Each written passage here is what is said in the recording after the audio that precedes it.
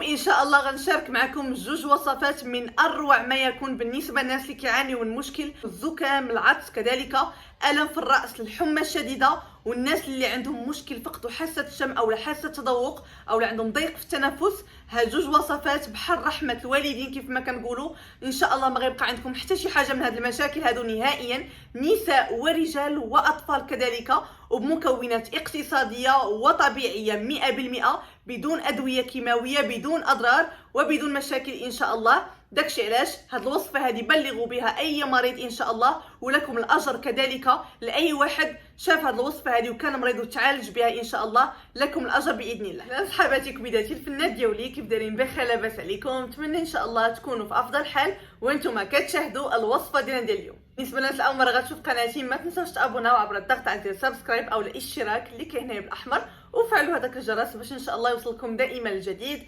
باذن الله. وصفه اليوم من اروع الوصفات بالنسبه للزكام، العطس، الام في الراس، الحمى الشديده، وكذلك الناس اللي عندهم مشكل ضيق في التنفس او لا فقدوا حاسه الشم او حاسه التذوق. ما شاء الله وصفات غنشارك معكم جوج وصفات من اروع الوصفات لهاد المشاكل هادو. داكشي علاش تبعوا معايا الفيديو من الاول حتى الاخير ان شاء الله. قبل ما نبداو المكونات الوصفه وطريقه التحضير ديالها، بغيت نشارك معكم واحد القناه اللي غتعجبكم بزاف، انا متيقنه ومتاكده مليار في المليون ان شاء الله. ما شاء الله عرفتوا معايا عايشه في الامارات، اللهجه ديالها مخلطه مغربيه على اماراتيه، واحد اللهجه عندها غزاله غتسمعوا هضرتها ما شاء الله كتدخل نيشه للقلب. هاد السيده هذه من العائله، كنتمنى ان شاء الله كلشي يدخل عندها. بغيت اكبر هجوم على القناه ديالها، نخليكم الرابط ديال القناه ديالها في صندوق الوصف. القناه ديالها متنوعه، ندير لكم طبخ، فلوغات، تشارك معكم وصفات طبيعيه، يعني قناتها متنوعه 100% وغتستافدوا منها بزاف لانها عندها ما تعطي ما شاء الله، وقناتها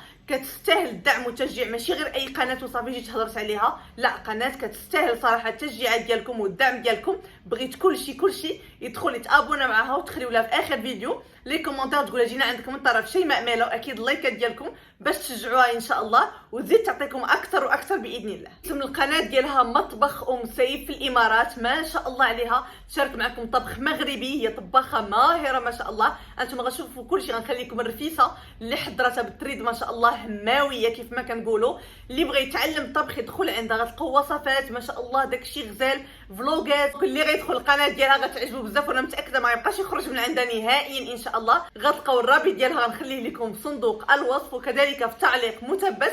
هكا غتدخلوا نيشان القناه ديالها تابوناو معاها وفعلوا الجرس، وكذلك خليو لها كيف ما قلت لكم في اخر فيديو اللايكات ديالكم والتعاليق ديالكم الزوينه، وشجعوها كتستاهل التشجيعات ديالكم والدعم ديالكم كذلك. ودابا حبيباتي غندوزو نيشان المكونات الوصفه وطريقه التحضير ديالها. تبعوا معايا الفيديو. سواء كنتي كتفرج في هذا الفيديو بالغرض ديال الشفاء ليك انت، اولا بالغرض ديال الشفاء ديال الشخص اللي هو قريب منك او الشخص اللي هو كتعرفو، كنتمناو الشفاء العاجل لجميع الناس يا رب العالمين. وصفتوا هذه الوصفه هذه الناس اللي مرض، وكذلك الناس اللي بغاو يستعملوا هذه الوصفه فقط كوقايه ليهم والوليدات ديالهم يستعملوها. ما شاء الله رائعه جدا للنساء ورجال واطفال كذلك، كيقيكم من بزاف الامراض، والناس اللي مرض كيتشافاو الحمد لله. دونك بالنسبه لهذا المكون هذا اللي هو اللفت، اول مكون عندنا اللي هو مكون اساسي هو اللفت. غتاخذوا اللفت على هذا الشكل هذا وغادي تحيدوا ليه هذا الطريبيش ديالو الفوقاني كيف ما كنقولوا.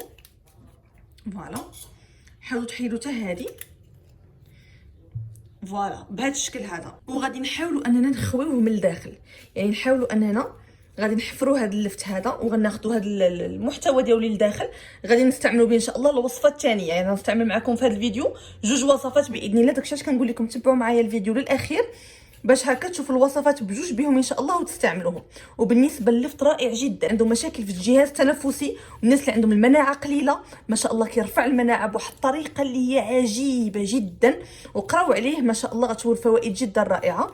كذلك الناس اللي عندهم مشاكل في الزكام، العطس، الناس اللي عندهم الزكام او الكحه كتجيهم يعني فارغه، كذلك الناس اللي عندهم الكحه عامره، يعني لجميع الناس صراحه رائع جدا. وغادي نترحموني على هذه الوصفه باذن الله.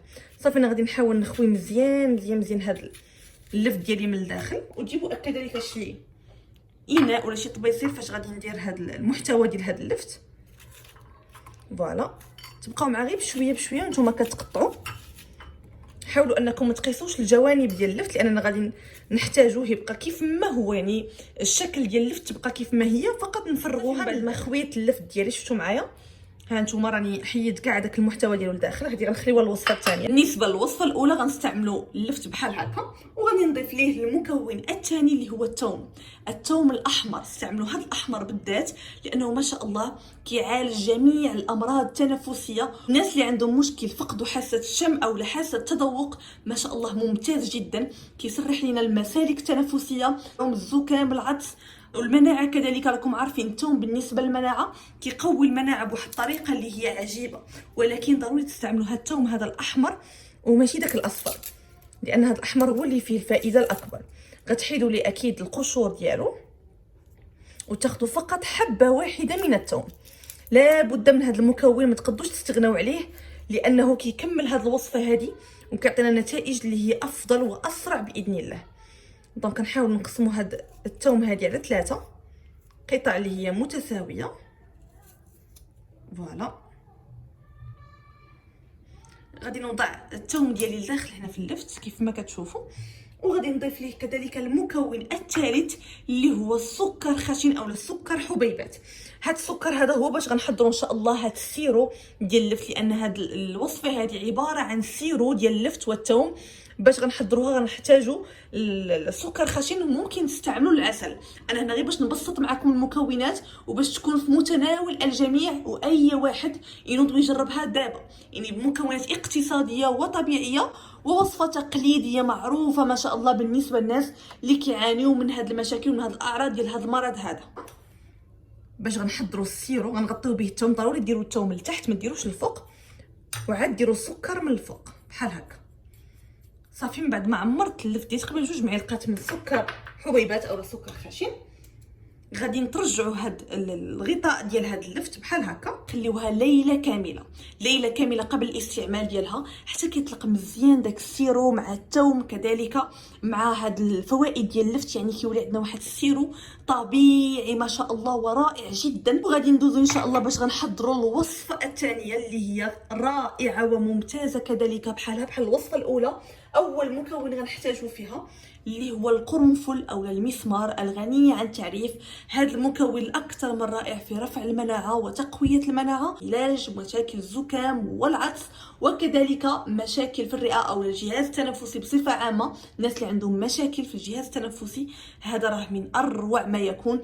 وهذا المرض هذا لا قدر الله اللي هو دابا منتشر جميع انحاء العالم، والله يشافي جميع الناس. هذا مكون سبحان الله سحري لهذا المرض هذا وعلاج رائع. غادي نختار تقريبا واحد 7 ديال حبات القرنفل بالضبط، يعني كنعطيكم المقدار بالضبط. هنا 4 غنزيد 5 6 7، دونك 7 الحبات ديال القرنفل.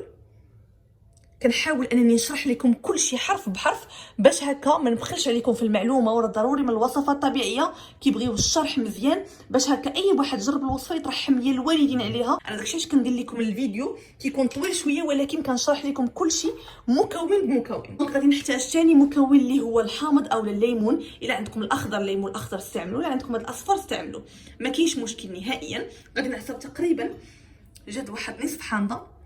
الحامض او الليمون كذلك مقوي رائع للمناعه، وما شاء الله كينقي لنا الذات من السموم من جميع الامراض. راكم عارفين الليمون ديتوكس، يعتبر ديتوكس طبيعي للجسم وكيطرد لنا جميع السموم. دونك فوالا غنحاول نعصر جيدا هاد نصف ليمونه غير بيديكم بحال هكا صافي. وكذلك غادي نضيف لهذا المشروب هذا اللي فيه الليمون وكذلك القرنفل، غنضيف ليه داك اللفت او داك المحتوى اللي فرغناه من قبل ديال اللفت. قلت لكم غنستعملوه في الوصفه الثانيه. غادي نديروه في هذا الكاس هذا مع باقي المكونات. حبيباتي ما تبخلوش على اختكم من اللايكات ديالكم والتشجيعات ديالكم، لان بها باش كنتشجعوا كنعطيكم وصفات اكثر واكثر، وهذا الفيديو يوصل ان شاء الله للناس اللي مرض والناس اللي محتاجين هذه الوصفه هذه باذن الله. في غادي نصب دابا الماء يكون ساخن، يعني يكون مغلي لدرجه الغليان. غادي نضيف كذلك واحد الملعقه صغيره من العسل النحل الطبيعي. ضروري ما تستعملوا العسل النحل الطبيعي او العسل الحر هنا، غير بغيتو تحليو هذه الوصفه هذه. ما بغيتوش لكم واسع الاختيار ما كاينش مشكل، يعني هذه مرحله اختياريه ديال العسل. الا بغيتو فقط يعني الوصفه تجيكم بالمذاق اللي هو زوين وتجيكم سهله او لا لذيذه في الشرب ديالها، استعملوا ملعقه صغيره من عسل النحل صافي. هيا دابوا لي تقريبا جميع المكونات في داك الماء المغلي. كنخليو هاد الوصفه هذه حتى كتدفى واحد شويه، يعني نقدروا نشربوها. طريقه الاستعمال ديالها كتشربوا هاد الكاس كامل وكنصفيوها من هاد اللفت والقرنفل، وكنشربوا هاد المحلول هذا ديالنا يوميا قبل النوم لمده 7 ايام. قبل النوم غتاخذوا كاس من هذا المشروب هذا وتحاولوا انكم تغطاو مزيان ما يدخلش لكم البرد نهائيا، يعني تحاولوا انكم تدفاو صافي. والوصفه الاولى اللي استعملناها بعد ليله كامله كيف ما قلت لكم، ما كتخليوها ليله كامله كتحصلوا على سيرو. شفتوا معايا داك السكر الخشن كيولي عباره عن سيرو ديال داك الثوم وكذلك اللفت. كتاخذوا هذا السيرو هذا بالكامل، يعني المحتوى كامل ديال السيرو كتشربوه على الريق كل صباح، يوميا على الريق. كل صباح منين كتفيقوا كتاخذوا هذا السيرو بالكامل على الريق. وبصحه والراحه هادو هما الوصفات ديالنا. نتمنى الفيديو ديال اليوم ينال الاستحسان ديالكم، ونتلاقاو فيديو جاي ان شاء الله بخير على خير. بوسه كبيره لكم، باي باي.